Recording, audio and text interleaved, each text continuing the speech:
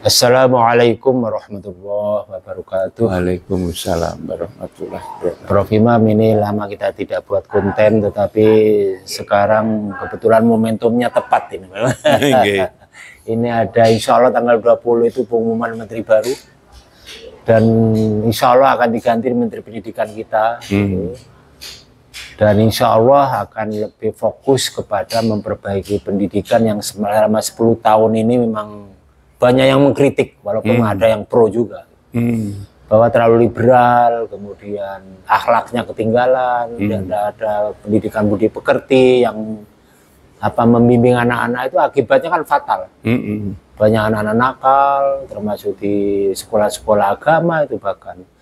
Terus pun menurut jenengan, Prof. Imam? Pendidikan itu sebetulnya, Mas Habib, untuk menyiapkan hidup di masa yang akan datang. Nah, orang hidup di masa yang akan datang itu kan apa toh yang diperlukan?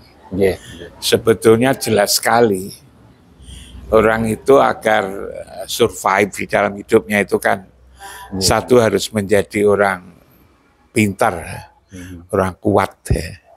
Yang kedua harus menjadi orang baik. Tentu dua-duanya ini ada caranya tersendiri.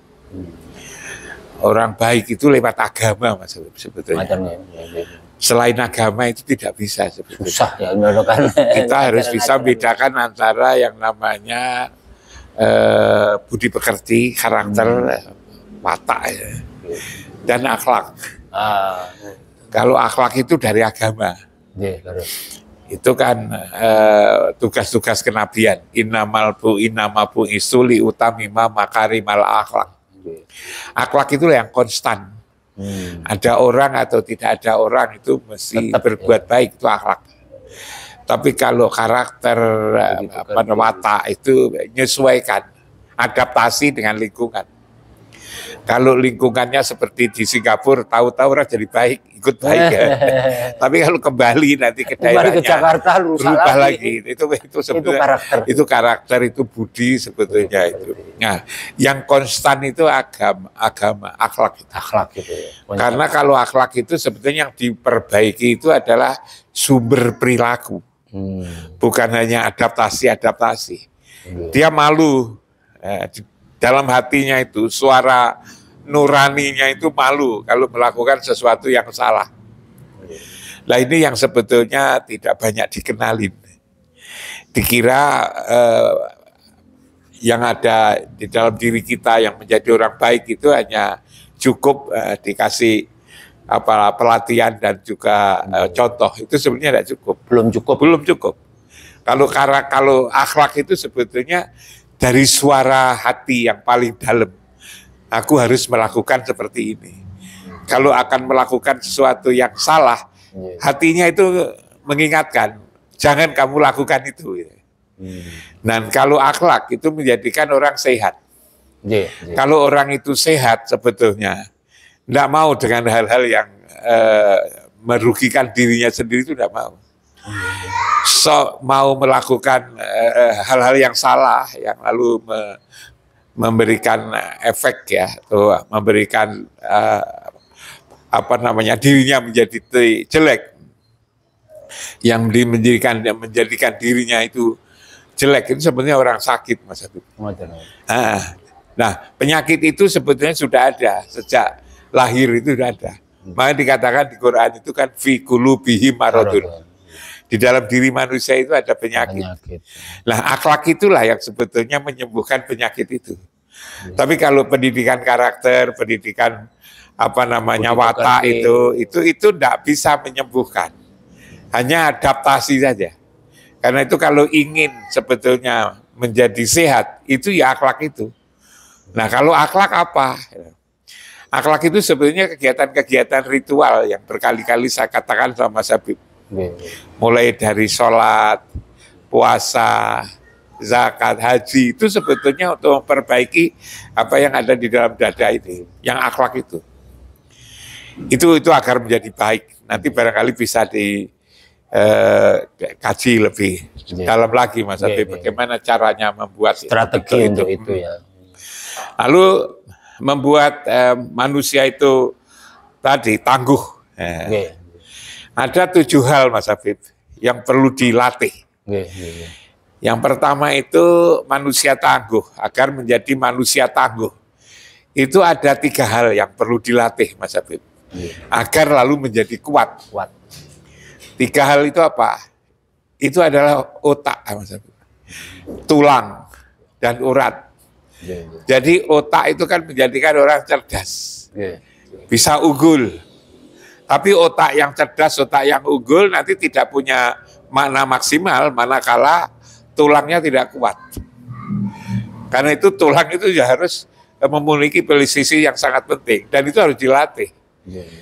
Kalau petinju itu kan agar kuat kan ada latihan-latihan Mas Habib. Walaupun sudah juara dunia kan masih latihan. Mike Tyson gitu. Terus. Lalu yang ketiga itu urat. Itulah menjadikan manusia itu memiliki peluang untuk menjadi kuat, kokoh itu karena otaknya kuat, tulangnya kuat, uratnya bagus, sehingga lalu menjadi lincah. Yang kedua itu adalah yang 3, bau tulang, otak, tulang. 1 itu. Oh baru 1 ya. Maaf. Memiliki kekuatan yang dia menjadikan dirinya sendiri bisa menguasai. Menguasai dirinya sendiri, gitu kan, untuk agar bisa berkompetisi dengan yang lain itu mempunyai kekuatan itu. Yang kuat itu 3 itu Mas. Otak, tulang, urat. Itu coba sama bayangkan, kan betul kan? Otaknya kan harus kuat, nalarnya kuat, pikirannya kuat. Lalu tulangnya harus kuat kan? Pikirannya kuat, kalau tulangnya enggak kan? Sehat. Ya, uratnya juga. Yang kedua itu adalah punya keinginan kuat Mas Habib. Motivasi. Lah motivasi itu di mana? Motivasi itu sebetulnya di daging, kulit sama bulu itu Mas Habib. Itulah membangun motivasi yang kokoh. Nah ini kalau dalam perspektif agama kan disuruh makan yang halal itu Mas Habib. Halal itu kan melahirkan daging. Daging itulah sebetulnya yang mempunyai potensi untuk menjadi orang menjadi bercita-cita, motivasi itu sebenarnya di situ. Yang ketiga adalah semangat hidup Mas Habib. Itu khayun ya. Dalam bahasa itu adalah jantung. Jantung itu kan semangat hidup untuk memompa aliran darah itu kan ke seluruh tubuh itu jantung itu. Yang keempat itu adalah apa yang ada di dalam hati, itu ilmu. Ilmu itu sebenarnya bukan di otak, di hati sebenarnya. Pengetahuan di otak. Ilmu dengan pengetahuan enggak bisa. Jadi ilmu itu ada 2, ilmu indallah wa ilmu fisudur itu ya. Itu ada di dalam hati. Mas Habib mengatakan pengetahuan itu yang ada di otak gitu kan. Tapi kalau ilmu di hati. Nah itu juga harus dirawat dengan bagus. Lalu yang ke berapa? 5. Itu pendengaran nih Mas Habib. Samiun. Lalu mata, penglihatan. Panca indera. Mata itu kan basirun. Apa itu namanya? Penglihatan harus yang tajam. Lalu yang ke-7 itu adalah lisan, mutakalimun. Kenapa nih? Mulut. Untuk berkomunikasi. Coba saya bayangkan. Kalau yang pertama tadi, otaknya cerdas, tulangnya kuat, uratnya kokoh, ya lentur. Lalu bisa berkomunikasi. Iya kan, dagingnya itu segar, bisa sehat, ya kan, kulit sama bulu sehat. Yang ketiga adalah semangat hidup, khayun. Yang keempat adalah ilmu, itu kan fisudur indallah. Lalu kemudian pendengarannya. Yang sehat. 4 hal ini kalau pendengarannya kurang kan, ya kan, jadi tertawaan orang diomongin dengarkan. Mata gitu Mas. Lalu kemudian bisa komunikasi yang bagus. Coba ini penting. 7 hal ini itulah dalam agama yang harus diperkokoh. 7 hal itu harus berkokoh. Itulah namanya qadirun muridun, itu kan, hayun, itu kan, alimun, samiun, basirun, mutakalimun. Ada 7. 7 itu memang. Hanya orang seringkali hanya dihafal, Mas. Tapi tidak dipahami. Dan kemudian tidak dikembangkan. Iya, karena memang tidak dipahami kan, tidak diaplikasikan. Dikira itu kita itu hanya untuk hafalan, padahal bukan itu. Bukan. Ya. Coba kalau itu dikembangkan Mas Habib. Mas Habib kan percaya kan? Kalau 7 hal ini umat Islam ya, bangsa Indonesia itu, bangsa Indonesia itu menjadi 47 aspek ini. Itu kan luar biasa Mas Habib. Sehingga sebetulnya pendidikan itu jangan hanya bersemboyan yang penting dijalani. Yang penting sudah sekolah. Yang penting sudah sekolah SD punya ijazah. Yang penting sudah SMP punya ijazah. Yang penting SMA atau S1 punya ijazah. Jangan seperti itu. Pendidikan harus dimaknai untuk 2 hal itu. Bagaimana dari zahir kokoh, ini kan tadi zahir. Dari batinnya itu juga kuat. Ya, sehingga lalu bangsa Indonesia zahir dan batin menjadi kuat. Itulah bisa menang dengan pesaing manapun di Indonesia ini. Nah ini yang harus dijadikan gerakan ya, pendidikan itu. Karena itu sebetulnya pendidikan itu harus dimaknai sebagai sebuah kebutuhan Mas Habib. Harus ditanamkan sejak kecil bahwa pendidikan itu adalah kebutuhan. Kalau kamu ingin hidup harus yang hebat, maka seperti ini. Makanya orang desa dulu Mas Habib, tanpa pendidikan, tanpa apa namanya, orang tua kita ini tanpa dididik dan belajar, kan selalu menasihati anaknya, aku tidak bisa mewarisi apa-apa, kan itu. Kecuali ya kamu pendidikanlah sekolah, kan itu kan. Jadi orang tua-tua dulu itu sudah menasihati itu. Karena itulah orang tua menjadi penting banget itu. Menanamkan cita-cita, memberikan imajinasi masa depan. Apa yang seharusnya dijadikan bekal tatkala menjalani hidup. Itu kan orang tua. Mau tidur itu kan hanya diceritani orang tua itu. Kalau saya feedback kembali ke masa kecil kok, orang tua seperti itu Mas Habib dulu itu. Jadi itu sebenarnya harus dikembangkan di sekolah-sekolah formal maupun formal. Jadi jangan anak-anak itu tidak diberikan khayalan-khayalan, motivasi-motivasi seperti itu. Bahwa sekolah itu jangan hanya lalu dimaknai sebagai kewajiban bahwa saya usia sekian-sekian sekolah, saya sekolah, jangan begitu. Tapi memang sekolah itu memang adalah alat bagaimana untuk meraih keberhasilan di dalam menjalani hidup kelak. Bukan lalu yang diinginkan adalah aku berkewajiban sekolah, yang penting datang ke sekolah lalu pulang, besok datang sekolah pulang, tatkala sekolah dapat apa tidak pernah. Nah, saya seperti misalnya ya ini nggak perlu ya paling tidak hanya sebagai gambaran yang dulu pernah saya sampaikan pada Mas Habib ya. Saya kan pernah ke Maroko Mas Habib ya. Di sana kan ada provinsi namanya Susi kan. Nah, anak-anak di sana itu tatkala sekolah itu punya target. Aku sekolah itu harus bisa baca, bisa nulis, bisa hitung. Baca, nulis, hitung, nyanyi, olahraga, itu kan. Itu seperti itu.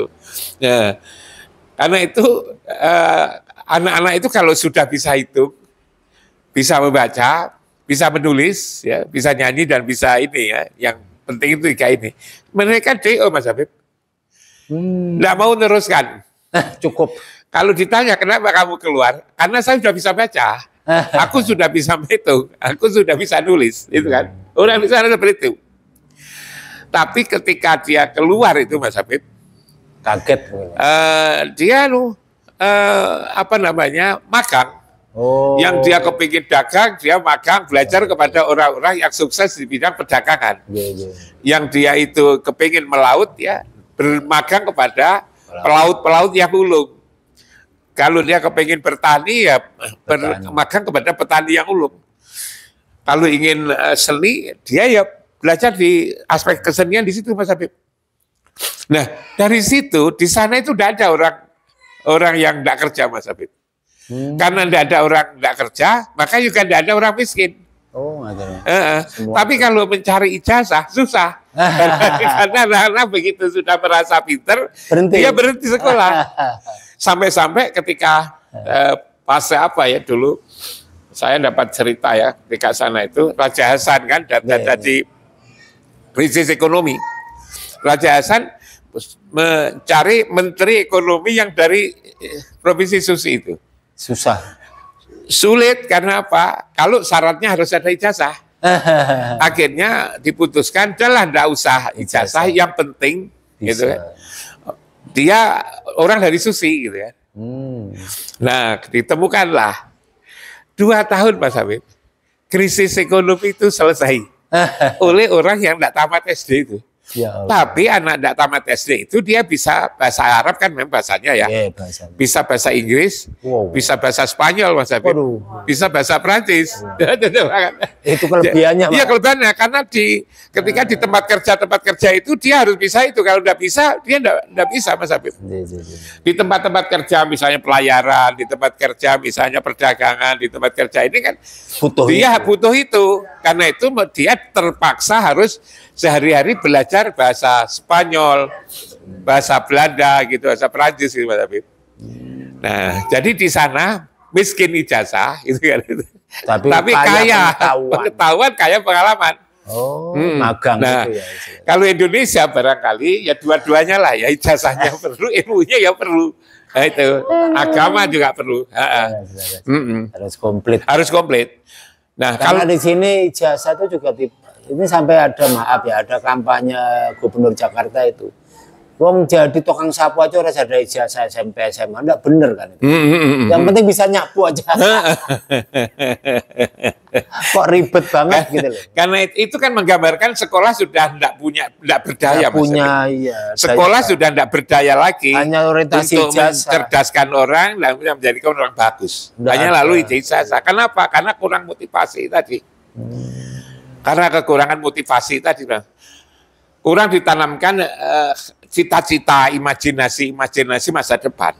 Kurang ditanamkan kesadaran sejak kecil itu bahwa saya kalau ingin sukses harus seperti ini. Bukan harus sekolah, tapi saya harus pinter. Dan ketika menjadi pinter dan baik harus lewat sekolah. Jadi sekolah itu hanya alat.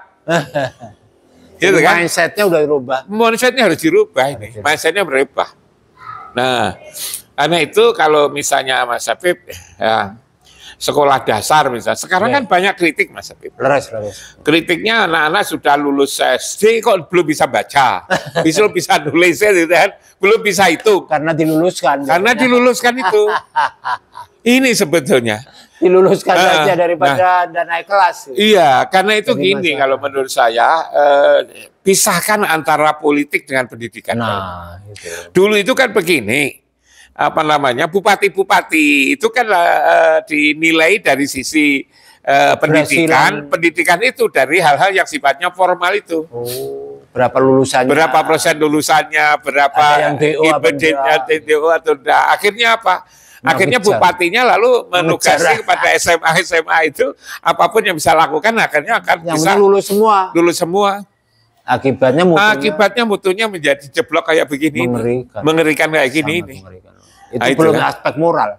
Aspek moral, tambah rusak. Siapa yang tidak pernah tahu bahwa misalnya ujian nasional, anak-anak dituntun agar kepala sekolah nanti malu kalau yang persentase lulusannya rendah, kan itu dulu itu. Kan pernah ada kasus Prof. Imam. Ada seorang di Jakarta atau di mana itu. Dia protes tentang itu. Apa gunanya lulus kalau dibantu-bantu begitu? Akhirnya dia di DO, yang anak nakal. Akhirnya dia mendaftar belajar sendiri melalui online itu, mendaftar cara malah lulusnya cepat PhD. Luar negeri. Jadi itu artinya prinsipnya itu begitu ya. Pendidikan itu harus filosofinya dulu dipahami. Kalau menurut saya aplikasinya kayak apa, strateginya seperti apa. Dan juga begini, kalau menurut saya pendidikan itu kan mengelola manusia tuh Mas Habib. Tidak mudah. Nah, untuk mengelola manusia, orang-orang yang terlibat dalam pengelolaan manusia lewat pendidikan ini harus dipahami manusia itu siapa. Rasa-rasanya manusia itu siapa? Hakikatnya apa? Hakikatnya apa? Hakikatnya siapa? Dan dipahami, Mas Abdul. Yang upaya mendidik binatang. Iya, iya. Mutunya seperti itu. Karena itu kan mesti harus dipahami agar guru itu tahu siapa sih sesungguhnya manusia itu kan. Betul. Kalau kita tidak pernah tahu tentang siapa manusia, waduh, sasarannya nggak tepat. Sasaran nggak tepat. Jadi kalau kita mau membuat masakan ya, karena kita harus tahu itu kan bahan-bahannya itu apa kan itu kan, sehingga lalu menjadi benar. Begitu juga mengelola manusia itu kan juga seperti itu. Kalau tidak tahu, bagaimana? Kita itu seringkali diajak untuk tahu banyak hal di luar diri manusia, tapi diri manusia yang sendiri tadi pahamin. Waduh, mengerikan. Oke. Jadi Prof. Imam, mungkin cukup untuk ini sementara. Jadi nanti kita lanjutkan lagi dengan kajian-kajian yang lain tentang pendidikan. Ini penting karena ini mengembalikan 10 tahun yang amburadul ini kan harus betul-betul dari bawah. Matur nuwun Prof. Imam.